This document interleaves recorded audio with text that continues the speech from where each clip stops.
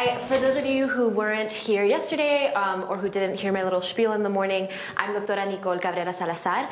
I'm the CEO and founder of Movement Consulting, and what I do through that company is I help science departments and science organizations integrate marginalized people.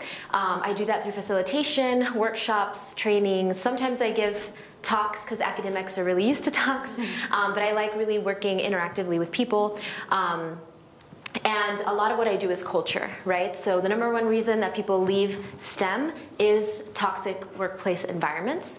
And there's a lot of research to back this up. We don't need to do any more studies on that. That is it. And so I work a lot with culture. And that's something that's really important as part of building a team, is figuring out that culture, right? So we had questions for you when you applied to this workshop. They're probably really surprising, right? And you were asked about group dynamics and power dynamics and things like that. That's something that Erica and I had talked about that was really important for this, because building a team, you can have the best scientists be the PI, and if you are not a good leader, if you're not aware of these different things about teams, then you might not get the best results out of it, right? So I'd love to have y'all introduce yourselves very quickly in 60 seconds. Could you please introduce yourself however you want to the audience? Okay. Erica, we'll start with you. So my name is Erica Hamden. I'm a professor here at the U of A. I'm one of the organizers of this workshop. You probably know a lot about me by now. I submitted a small Explorer program or proposal to the Astrophysics AO this year. The telescope is called Hyperion. It's the best thing that I've ever made, whether it gets selected or not. I love it. Yeah, that's me. I'm Laura Kerber. I'm a research scientist at JPL, and this year I submitted a proposal to the Discovery Program for Planetary Science called Moondiver. And similarly, it was like one of the hardest things I've ever done, but also one of the absolutely most rewarding things. And I learned a huge amount, and I felt exactly like you were saying, that there was so much I didn't know that I wished I had known, that I wished to convey to other people so that I wouldn't have to go through quite the experience that I had. And so I'm so glad that you then put together a whole workshop about it. Yeah, that's me. Awesome. Hi, I'm Elisa Quintana. I'm an astrophysicist at NASA Goddard Space Flight Center. My background is exoplanets. I worked on the Kepler mission. I'm working on TESS. I do half-time mission support and then half-time research, but I've always been interested in like building small sats since I was aerospace. So I did a bunch of aerospace stuff at University of Michigan back in my long time ago grad school days, and so I put in a small sat in this latest call, and I have a lot of things to say. Good things and bad things, but I love talking about lessons learned and having people talk about all of this. This is fantastic. I'm Zibby Turtle. I'm a planetary scientist at the Johns Hopkins Applied Physics Lab. My mission experience is from primarily camera teams with the Galileo mission, the Cassini mission, the Lunar Reconnaissance Orbiter, and then a whole lot of mission studies and proposals. And I am now the PI of the cameras, the Europa Imaging System on the Europa Clipper mission, and of Dragonfly, the Titan New Frontiers mission. And as a brief aside, the experience that one can get through things like the summer school mission studies, like the decadal surveys doing mission studies, mission proposals is really invaluable, I think, in terms of understanding how, what's needed to put missions and instrument proposals together, but also in terms of understanding the team dynamics and what roles you need, and getting a sense not only of what different roles there are, but sometimes in some of these cases playing those different roles, and so you get a different perspective. So I think that's a really invaluable way to get experience. Yeah, thanks so much, y'all. Okay, I'm gonna very quickly run over here to the workbook, because I know we want to be sure to follow where the workbook is at. So right now we are on page, it starts on page 26, but the notes page is on page 28. And so if you want to write down notes about this, about this panel, go ahead and do that there. And let me bring it with me because it might be helpful for doing this. Okay. So my first question is for Elisa. So Elisa, you are also a member, aside from all the teams that you've led, including Tess and all these wonderful teams that you mentioned, you are also a member of the Goddard Diversity and Inclusion Advisory Committee. So my question for you is, I want to know how does that role, being on that committee, inform the way that you build teams, right? So like thinking about not just diversity and inclusion, but like integration of marginalized people, especially knowing that NASA as an institution is very heavily white, heavily male, right? So how does that experience on that, and also your experience, inform your team building? Yeah, so the SmallSat proposal that I submitted in August for the Small Mission of Opportunity, I was quite proud that we have a female PI, female deputy PI, female scientist, and 40% female team. And it grew out of, I think one thing that I learned we've been through a lot of these types of workshops. And I think one thing I've learned is that you kind of have to be proactive about recruiting people to make sure that you have a nice, diverse team. And like, for example, we went to a meeting where we heard a lot from PIs about how they build science teams, and all we kept hearing was, oh, we want the best person. We want the best person for this. And then, but they're kind of in their like little world of like, well, I don't know, Mars, like agronomy or like something little. So they're like, we want the best person. And it ends up, they pick from this like small kind of subset of people, when there are definitely a lot of great people that have the same kind of skills. You kind of have to just think outside of like your science bubble. And so I learned a lot from that. And so, but I definitely think, well, being on this, sort of side of Goddard where we're actively thinking about it, I guess the most important thing is like just thinking like outside the box and being more proactive about people that you can include, because there's so many talented people that can contribute to pretty much anything, and you just have to kind of like work to do it, and it's not that hard. Yeah. I found that in my work as well. Like there's always this myth of like this false dichotomy of either we choose people, the best person, like, so you're talking about quality versus like choosing someone like from an underrepresented group. And so there's a myth that those are opposites or mutually exclusive. And so my question is always like, why do we feel that way? Why is it that, especially because considering, for example, for myself, I'm a Latina. I'm a PhD in astrophysics, right? I feel like I had to work like 3 times as hard, 4 times as hard. And so when you have a pool of qualified people, they're all qualified. For me, I'm like, I want to go with the person who has the most grit, the most perseverance, the person who's like actually had to overcome so many more obstacles, right? So in some ways, those people are even more qualified, right? But we tend to think of this as like this false dichotomy, right? So I love that you bring that up. And Zibby, I see you nodding your head a lot. Can you tell us from your experience, what are those different skills that you didn't expect that do build for a good team, right? So like, as Elisa was saying, it's like you have to think outside the box.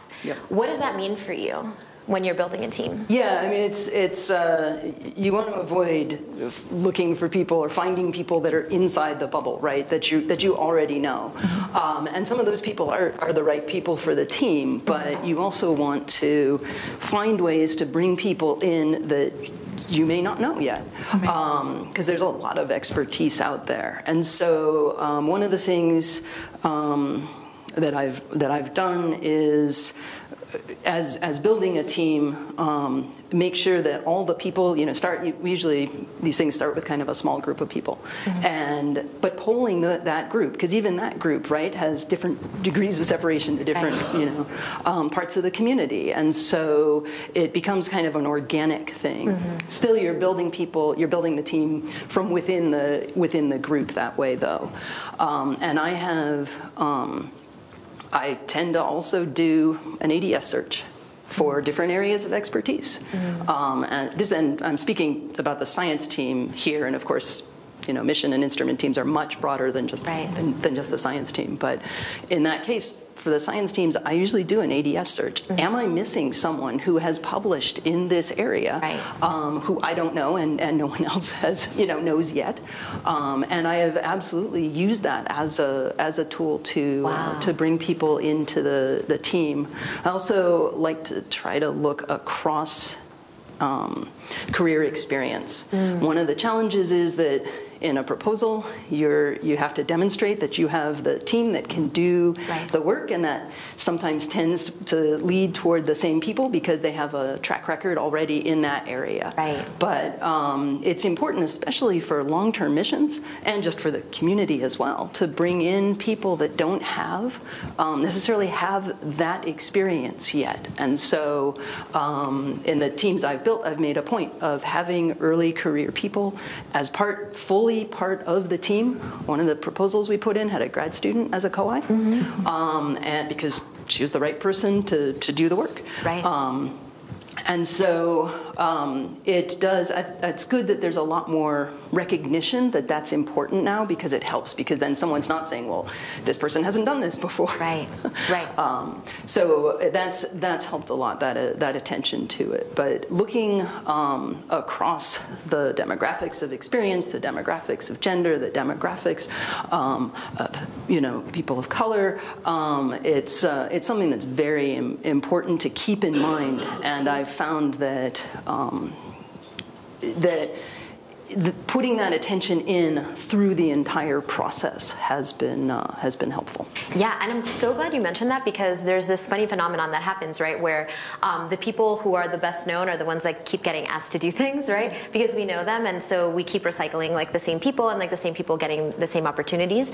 And so what happens is that you end up with a very homogenous group, right? But the research shows that the more diversity that you have on a team, actually the more innovative that team is, because they're going to challenge each other. So there's kind of like this little bump or like learning curve at the beginning when you form a very diverse team, where you are, there's a little bit of like, kind of, you have to find like the right language, because everyone is speaking a different language, right? In terms of like, you have NASA people with all the acronyms, and then you have, in your own field, you might have that as well, and like just different levels of experience, and different experiences working with different teams, right? At first, it's going to be hard and maybe challenging to find the right balance among the team, but once that gets established, innovation kind of goes from there, right? And so that's a really important factor too. And I'm glad that you mentioned the going across levels of experiences, and that's one of the questions that we asked, right? Is like how are you supporting junior members, right?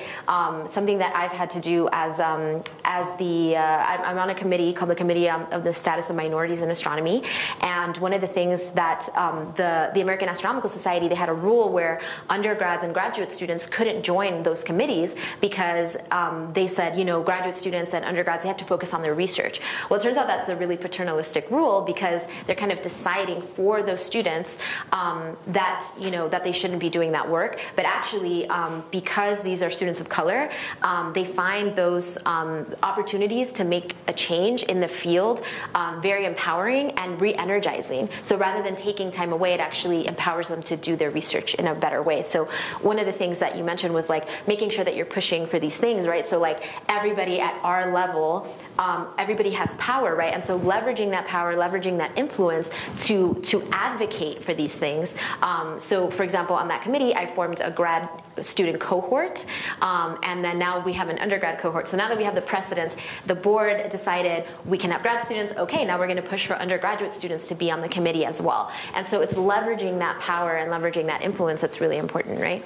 Yeah, absolutely. And the perspectives that you get that, having broader perspectives can bring so much more vibrancy and, as you say, innovation. Yeah. One of the things that I do worry about is that often underrepresented members of a team can feel, or others can feel, that they're there because they're filling a demographic box.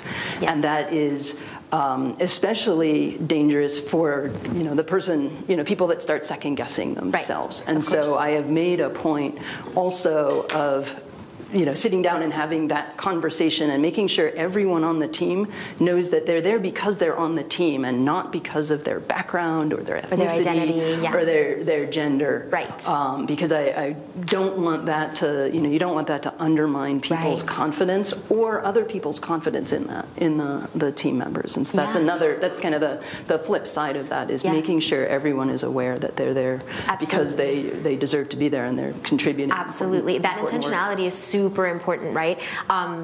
Good teams don't just fall into place. Like, you have to make them happen. So on that note, I wanted to ask you, Erica, right? So Erica hired me to be on this project and said, I want to make this workshop. The process was so complex and the information was so scattered that you really wanted to be intentional about making sure that this information was available to people who have not had the opportunity, right? Because what is it, like the last 10 years or something? How many women have applied even to a NASA space mission? So this is actually a paper that Michael is the second author on, a white paper for the Decadal. In the last 10 years of astrophysics explorers and mission of opportunity calls, there were 104 submitted, and 4 of those were PI by women. And if you break it down instead to individual, like some PIs have submitted repeated missions, so there's about 63 individual PIs, and 3 of them are women.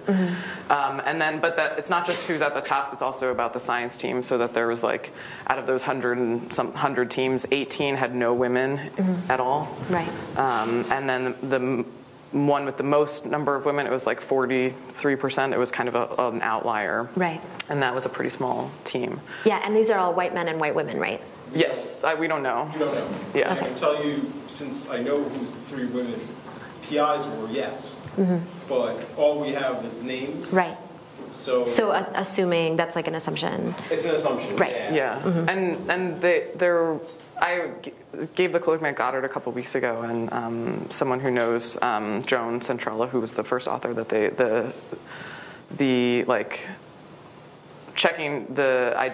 trying to check the identity of the people who, at least behind the names for the male-female breakdown, was done carefully. Right. But in terms of the people of color, if you can't collect information about it, then you can't identify a problem, and then you can't solve it. Right. So I wanted to ask you about how. Can I just add? Yeah. Sure. Just a quick thing. Yeah. So we have begun to collect demographic data on people who are proposing to roses to grants. Okay. And this is self-reported. So we do have a clue about the number of non-white people apply. Okay. So however, those numbers are so small that we can't really disclose them without identifying the individual. Right. So Michael just mentioned that they're starting to collect demographic data that's self-reported on these ROSES proposals, but the numbers are so small that they can't disclose them without identifying who those people are. So that's a step in the right direction. Yeah. But I wanted to ask you about your intentionality behind building teams. What has that thought process been like for you? So it's complicated because one of the main motivators for having this workshop was that I kept hearing this phrase over and over again where people are like, oh, you should have done this 2 years ago, which is the most useless thing to tell anybody. Right. It's well, if I had a time machine, I would do a lot of things differently. And one thing that we've talked about actually is about the amount of time and space that you give to develop something, that the more time you have, the better job you can do, the more intentional you can be about things. And so I was doing the proposal on a much condensed timeline. So typically people write these big mission proposals over a 2-year period. And I did it over about 7 or 8 months. Wow. Yeah. And don't do that, guys. And so I think that I fell into a lot of the traps of like building a science team. Like, I'm happy with the team, and I think we did a really good job. But I also think like, I didn't have time to do like a comprehensive search of every person. And I know a lot of the people in the ultraviolet, and it's not a big community, so I think that helped a lot. And like demographically, the science team was 50% women or maybe a little bit more, and there were a few people of color, but a few. Right. But that was just because I happened to know them already. Right. And so I think if I were going to do it again, I'd be more intentional about building the team. But I think the idea of, I could have made a choice to wait. That's what some people recommended to do. And there is this concept of like a false urgency for things. Like, well, you have to just like do it as quickly as possible. And I think making being considered about when you do opportunities and giving yourself the space, I think is something that everyone has to decide for themselves. But like, with the forecast that's in the folder and the forecasts that are online for when these missions come out, like one of the people at JPL that I've talked to a lot about this, he says like there are always trains leaving the station, and if you don't do it this year, there's one in a few years, and so just being like, now all of you know that you should be thinking about everything 2 years ahead of time, so that nobody says that stupid phrase to you. They'll still say it. They will, yeah. It's the worst thing ever. I'm like, that is useless. But now you kind of know, so you can think a little more strategically about what is coming up and when you want to start talking to people and actually being intentional about it. Yes, for sure. Laura, I would love to hear from you. For sure. Well, I have a lot to comment on what people have been saying, because so I kind of found with the different stages of the mission, I'm only at the place where I've submitted it, so there's still a lot of stages to come. But you always hear that these mission teams are kind of formed in this smoky back room, or it's like all the pals of the PI or something like that. And I guess I kind of realized why that is.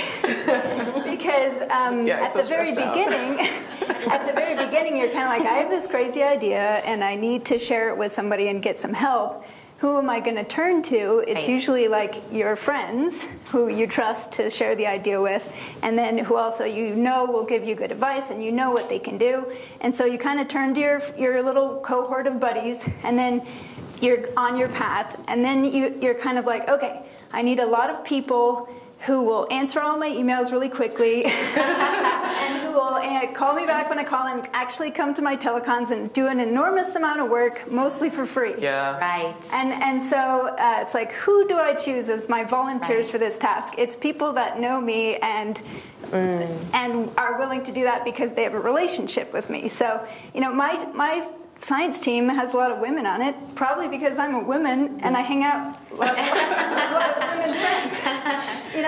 So like the idea that like if I were an older man and it turns out my team is mostly older men, it's for probably the same reason. Right. And so in the different stage, like after I got my initial team and we're off running, once it was more of a real thing, I felt like I could go to a broader set of people, maybe people I didn't know that I knew. I'd already identified that was a gap in the team, and so I'd go to somebody and be like, hey, I'm not just telling you that I have a crazy idea that might never go anywhere. It's actually gone through several steps. It might be a real thing, and it's worth your time to come to my telecon.